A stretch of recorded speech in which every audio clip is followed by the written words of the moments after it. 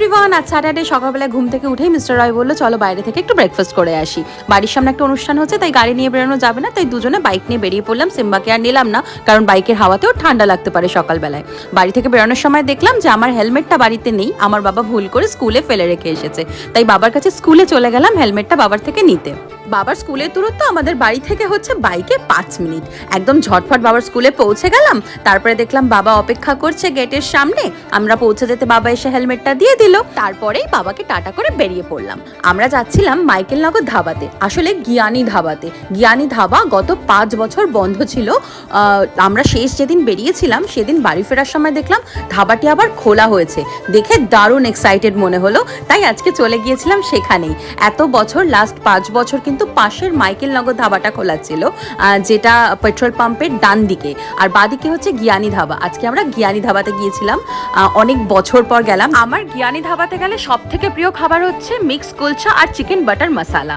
রাত্রিবেলায় আমি যতবার যাই ততবার কিন্তু ঠিক ওগুলোই অর্ডার করি, জানি না কেন, তবে প্রত্যেকবার আমি সেম ডিশ অর্ডার করি। আজকে সকালে গিয়েছিলাম, তাই আজকে সকালবেলায় গিয়ে অর্ডার করা হয়েছিল আলুর পরোটা।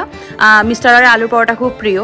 প্রথমে তো একটা অর্ডার করেছিলাম, ভেবেছিলাম যে একটাতেই হয়ে যাবে। তারপরে দেখলাম মিস্টার রয় বলছে একটা না, আমার আরেকটা লাগবে। তারপরে আরও একটা অর্ডার করা হলো। খাওয়া দাওয়া সেরে এবার বাড়ি ফেরার পালা। বাড়িতে মেয়েটাকে রেখে এসেছি, ওকে ছাড়া বাড়ি থেকে বাইরে বেরোলে আজকাল মনটা বড্ড খারাপ করে, তাই ঝটপট বাড়ির দিকে রওনা দেবো। তবে বাড়ি থেকে যখন মেয়েকে ছাড়া বেরিয়েছি তখন ফেরার সময় কিছু তো হাতে নিয়ে যেতেই হবে, না হলে ওর মনটা খারাপ হয়ে যাবে।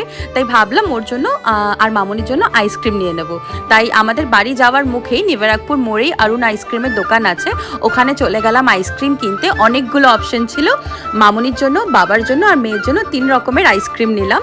নিয়ে সোজা চলে গেলাম বাড়ির দিকে। আগেই বলেছিলাম তোমাদেরকে বাড়ির সামনে একটি অনুষ্ঠান হচ্ছে, তাই জন্য বাড়ির সামনে এখন অনেকগুলো জলের গাড়ি রাখা। এখন গাড়ি নিয়ে বাড়ি থেকে বেরোনো যাবে না, কয়েকদিন বেরোনো যাবে না, 3-4 দিন। 3-4 দিন একটু অসুবিধা হবে, তাই জন্য এখন বাইক নিয়ে বেরোতে হবে সব সময়। এই হচ্ছে এখন বাড়ির সামনের অবস্থা।